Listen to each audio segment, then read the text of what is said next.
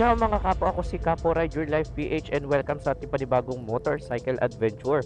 And today's episode ay papunta tayo ngayon sa may barangay San Ramon, Siroma, Camarines Sur. At inabutan tayo ng gabi, kaya masusubukan natin kung anong pakiramdam mag off-road. Ayan, lubak-lubak yung dadaanan natin ha.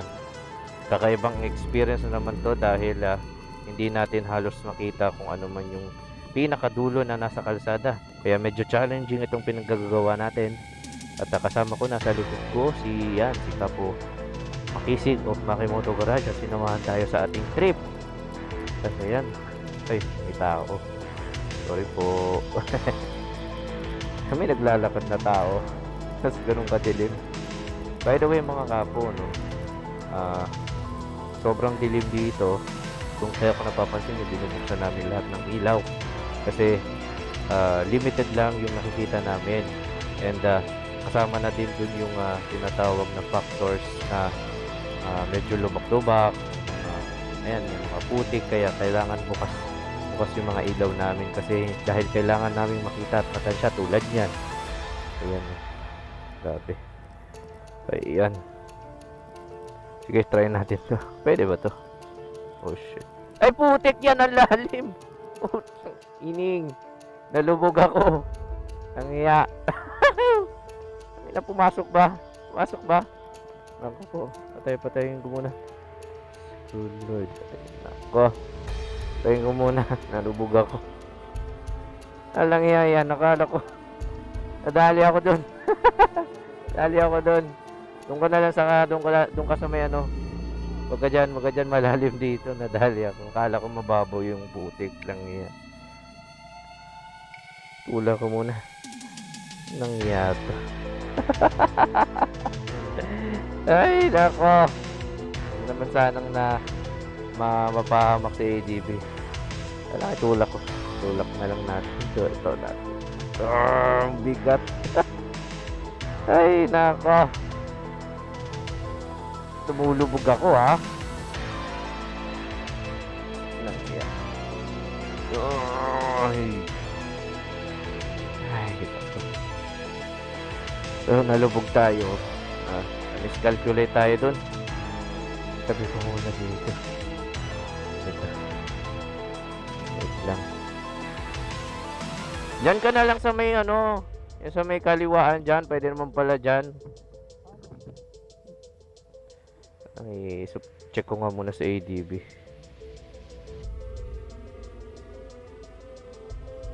Yari, ayaw mag-start. Patay ko muna. Dali mo, hintayin kita dito. Ayaw mag-start na ADB. Hindi ko na lang pipilitin to.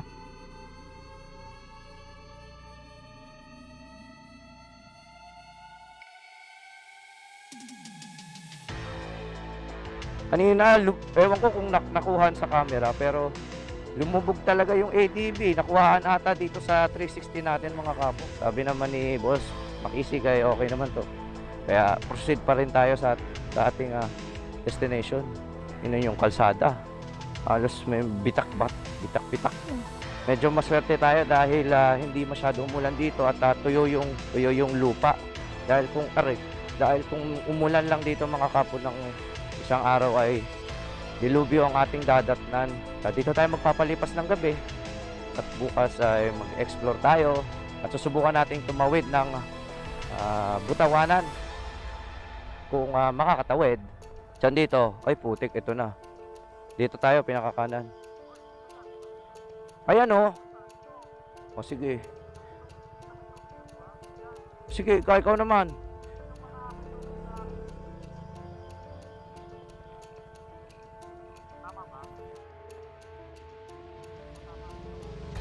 Sigurado ka? Tingnan mo, assess mo. Pag sa sasakyan, pwede yan. Hindi ako. Sigurado ka? Dito ko. Uy. Ha? Baka kasi malalim eh.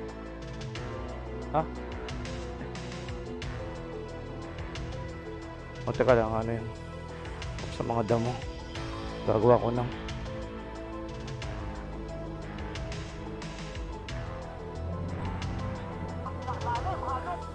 Oo. Ha? Sabi ko nga eh.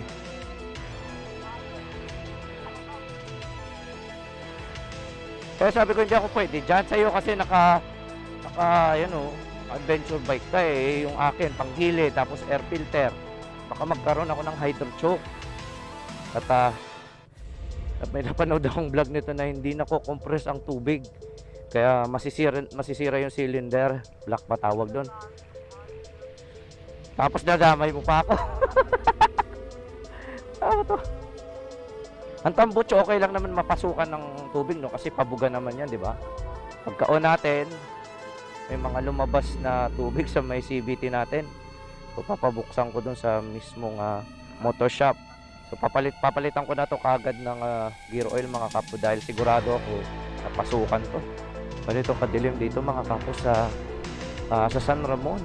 Dito yan sa Siruma. Ayan, meron pang nag-iisang final wave na challenge kami ni Boss Maki. Aray ko. Aray, ay. Butik yan. Ay, butik. Buti talaga at hindi umulan, kundi wala. Pero in normal days mga kapo, lalo na kapag rainy season, dilubyo sasapitin dito. Madalas ang mga nakakapunta dito, mga off-road talaga, off-roader, mga 4x4 truck, mga pangbundok talaga na ang lalaki ng gulong. At yan. Yan lang. Ito na. Sige, kaliwa. Dito, ayan o. Yan. Kaliwa. Tama ba yan? Parang putik tubig yan eh. Ayun. Dito tayo. Tubig din dyan. Hindi. O sige, dito tayo.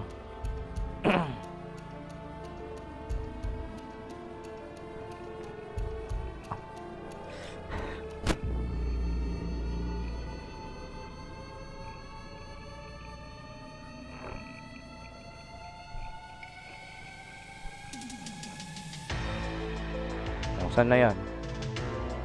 Tip yan.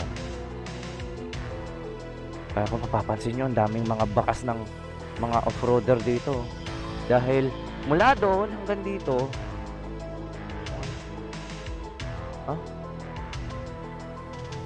ayan yung tulay ayan yung bahay diba sa may tulay yan. Ayan, sige. Goods naman. Kaya mabalik tayo mga kapo.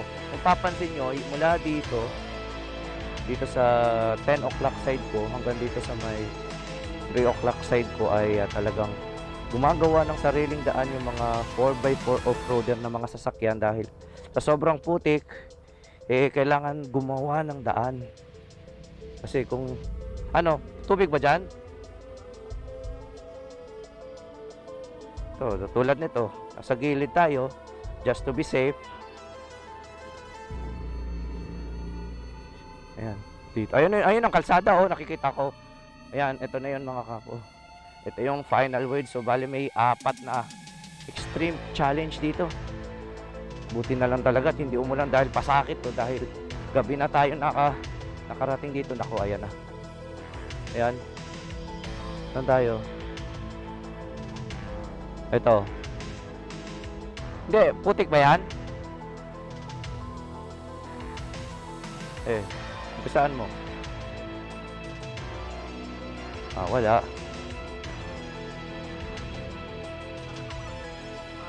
Saan dyan?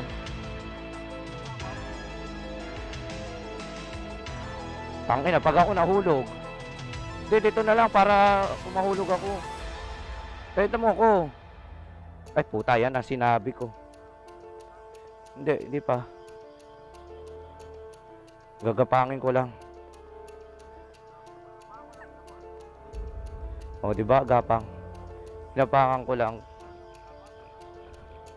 Hindi, kasi mamaya magkamali pa ako ng pagpili. Nako. Nandito na tayo. Ito na yun mga kapo. After natin makarating dito sa tulay, ay nagtatalsikan yung mga putik saan ka dyan? Dito tayo. After nung makarating tayo sa tulay, medyo makakahinga na tayo. Dahil yun ang isa sa mga pinakamatitinding route na madadaanan nyo pagpapunta kayo dito sa San Ramon. Ay, sa wakas, medyo patag-patag na. Wala na yan. Yan yung ini-expect kong tubig. So dito tayo sa kanan. Tingnan nyo, sa daming pagpipilian ng kalsada, hindi ko na lang mamimili. At dapat tama yung pipiliin mo, kundi balahaw ka talaga dito.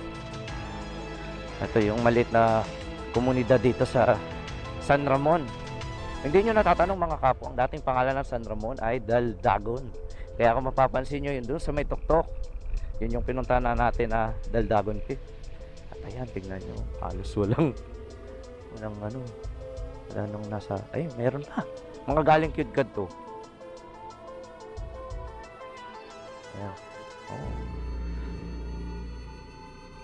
Dito ko lang dumadaan eh. Huwag ka dito. Dudulas nga. O yan. Diretso tayo. So dito pag kumanan ka dito, ito yung Kudkad The Last Resort. At pag kumaliwa ka, ito yung Daldagon Peak. At dito tayo mag-stay mga kapo. Ay, putik yan.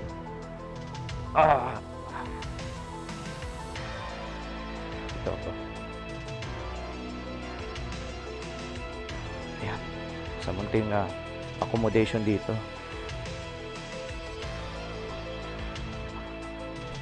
Yan, sa wakas. Woo! Nandito na rin tayo. Pagkatapos na 15 minutes na off-road adventure mga kapo. Dito tayo matutulog. Kala nanay. Tao po! Kusina ka ba? Ay, ito na yan. So, bukas mga kapo ay susubukan natin tumawid sa kabilang isla dun sa may Butawanan. So, kita-kits!